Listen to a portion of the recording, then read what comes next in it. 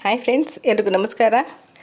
ಘಮ ಘಮ ಅನ್ನೋ ರೀತಿಯಲ್ಲಿ ರುಚಿಯಾದಂಥ ಅವರೆಕಾಳು ಪಲಾವ್ ಮಾಡ್ಕೊಂಡಿದ್ದೀನಿ. ತುಂಬ ಸಿಂಪಲ್ಲು, ಲೈಟಾಗಿ ಗರಂ ಮಸಾಲ ಹಾಕಿ ಮಾಡಿರೋಂಥದ್ದು. ಆದರೆ ತುಂಬ ಚೆನ್ನಾಗಿದೆ ಟೇಸ್ಟ್ ಮಾತ್ರ. ಇದನ್ನು ಮಾಡೋದು ಯಾವ ರೀತಿ ಏನೇನು ಬೇಕು ಅಂತ ಕೂಡ ನೋಡೋಣ. ತುಂಬ ಸಿಂಪಲ್ಲು, ಮಾಡೋದು ಕೂಡ ತುಂಬಾ ಈಸಿ. ಮೊದಲಿಗೆ ನಾನು 1 ಕಪ್ ಅಷ್ಟು ರೈಸ್ ತೊಗೊಳ್ತಾ ಇದ್ದೀನಿ. ಈ ಕಪ್ನಲ್ಲಿ ತೊಗೊಂಡ್ರೆ 3 ರಿಂದ 4 ಜನಕ್ಕಾಗಷ್ಟು ನಾವು ರೈಸ್ನ ರೆಡಿ ಮಾಡ್ಕೊಳ್ಬಹುದು. 1 ಕಪ್ಪು ಅಕ್ಕಿಗೆ ನಾನು 2 ಕಪ್ ಅಷ್ಟು ಸಾಮಾನ್ಯವಾಗಿ ಅವರೆಕಾಳು ಹಾಕ್ಕೊಳ್ತೀನಿ.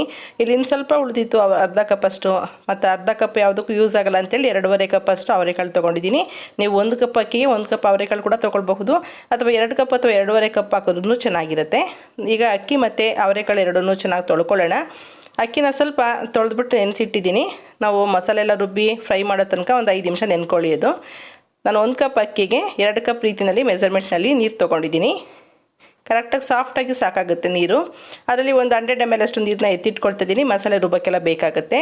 ನಾನಿಲ್ಲಿ ಸ್ವಲ್ಪ ಕಲ್ಲುಪ್ಪು, 1 ಏಲಕ್ಕಿ, ಸ್ವಲ್ಪ ಸೋಂಪು 1 ಸ್ಪೂನಷ್ಟು, ಮರಾಠಿ ಮೊಗ್ಗು 2, ಹಾಗೆ ಸ್ಟಾರ್ ತೊಗೊಂಡಿದ್ದೀನಿ, ಒಂದು ಅನಾನಸ್ ಹೂವು ತೊಗೊಂಡಿದ್ದೀನಿ ಸ್ವಲ್ಪ, ಹಾಗೆ ಲವಂಗ ಒಂದು 6 ಇದೆ. ತುಂಬ ಸಿಂಪಲ್ ಗರಂ ಮಸಾಲ ಅಂತ ಹೇಳಿದ್ದು ನಾನು. ಚಕ್ಕೆ ಬೇಕಾಗುತ್ತೆ ಒಂದು 2 ಪೀಸು, ಹಾಗೆ ಪಲಾವ್ ಎಲೆ ಕೂಡ ತೊಗೊಳ್ಳೋಣ. ಇಷ್ಟನ್ನು ತೊಗೊಂಡು ನಾವು ಇದರಲ್ಲಿ ಸ್ವಲ್ಪ ರುಬ್ಬೋದಕ್ಕೆ, ಸ್ವಲ್ಪ ಒಗ್ಗರಣೆಗೆ ಎರಡಕ್ಕೂ ಬಳಸ್ಕೊಳ್ಳೋಣ. ಈ ಪ್ಲೇಟಲ್ಲಿ ಶುಂಠಿ, ಬೆಳ್ಳುಳ್ಳಿ, ಹಸಿಮೆಣಸಿನಕಾಯಿ, ಪುದೀನ ಸೊಪ್ಪು, ಸ್ವಲ್ಪ ಕೊತ್ತಂಬರಿ ಸೊಪ್ಪಿದೆ. ಖಾರಕ್ಕೆ ನಾನು ಬೇರೆ ಏನು ಬಳಸ್ತಿಲ್ಲ, ಹಾಗಾಗಿ ಹಸಿಮೆಣಸಿನಕಾಯಿನೇ ಖಾರಕ್ಕೆ ತೊಗೊಂಡಿದ್ದೀನಿ. ನಾನಿಲ್ಲಿ 1-2 ಟೇಬಲ್ ಸ್ಪೂನಷ್ಟು ಹಸಿ ತೆಂಗಿನಕಾಯಿ ತುರಿ ತೊಗೊಂಡಿದ್ದೀನಿ. ಮಿಕ್ಸಿ ಜಾರ್ಗೆ ತೆಂಗಿನಕಾಯಿ ತುರಿ ಹಾಕ್ಕೊಂಡಿದ್ದೀನಿ. ಇಲ್ಲಿ ಯಾವುದೇ ಮಸಾಲೆ ಹುರಿತಾ ಇಲ್ಲ.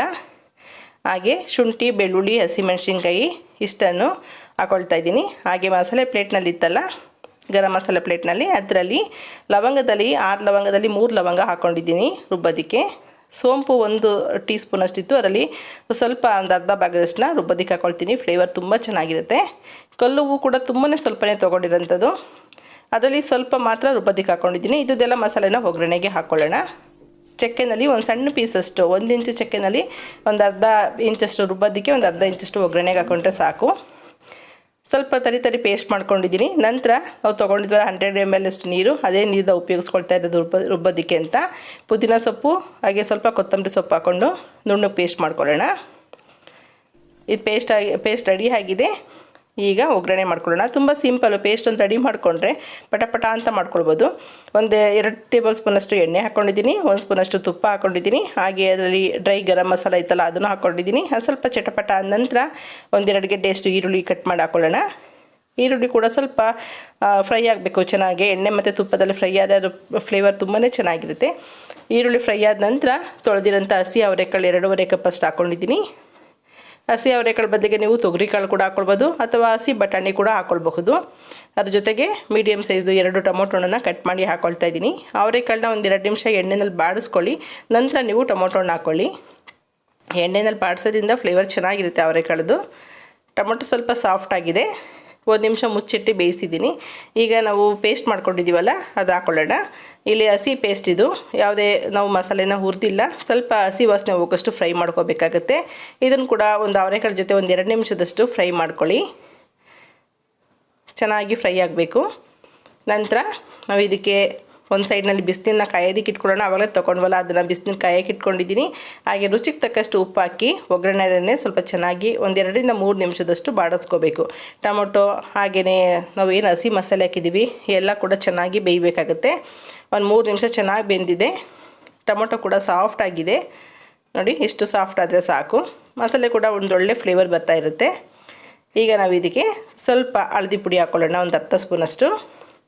ನಾನಿಲ್ಲಿ ಒಂದೇ ಮಸಾಲೆ ಪುಡಿ ಬಳಸ್ತಾ ಇರೋದು, ಧನಿಯಾದ ಪುಡಿ. ಅದು 10 ಸ್ಪೂನಷ್ಟು ಅಷ್ಟೇ ತೊಗೊಂಡಿದ್ದೀನಿ.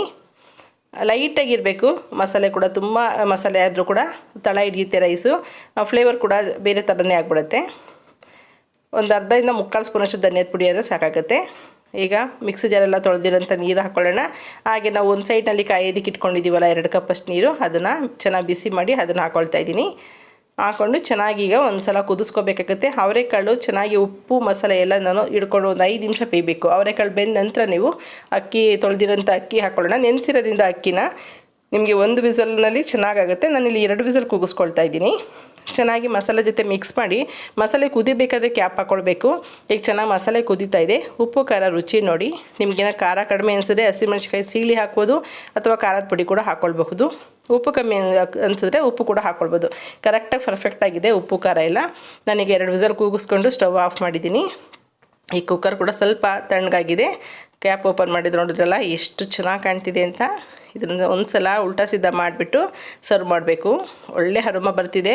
ನಮಗೆ ಅವರೆಕಾಳು ಜಾಸ್ತಿ ಹಾಕಿರೋದ್ರಿಂದ ಪ್ರತಿ ಬೈಟ್ನಲ್ಲೂ ಅವರೆಕಾಳು ಸಿಗುತ್ತೆ ತಿನ್ನೋದಕ್ಕೆ, ತುಂಬ ಚೆನ್ನಾಗಿರುತ್ತೆ. ಆ ಮಸಾಲೆ ಜೊತೆ ಉಪ್ಪು ಖಾರ ಎಲ್ಲ ಚೆನ್ನಾಗಿ ಹಿಡ್ಕೊಂಡು ಬೆಂದಿರೋದ್ರಿಂದ ಅವರೆಕಾಳು ತುಂಬ ರುಚಿಯಾಗಿರುತ್ತೆ. ಅವರೆಕಾಳನ್ನ ಕೊನೆಯಲ್ಲಿ ಹಾಕೋದಕ್ಕಿಂತ ನಾನೀಗ ಯಾವ ರೀತಿ ತೋರಿಸ್ಕೊಟ್ಟಿದ್ದೀನಿ ಅದೇ ರೀತಿ ಒಂದು ಸಲ ಮಾಡಿ, ಖಂಡಿತವಾಗ್ಲೂ ಎಲ್ರಿಗೂ ಇಷ್ಟ ಆಗುತ್ತೆ. ಅಷ್ಟೊಂದು ರುಚಿಯಾಗಿರುತ್ತೆ.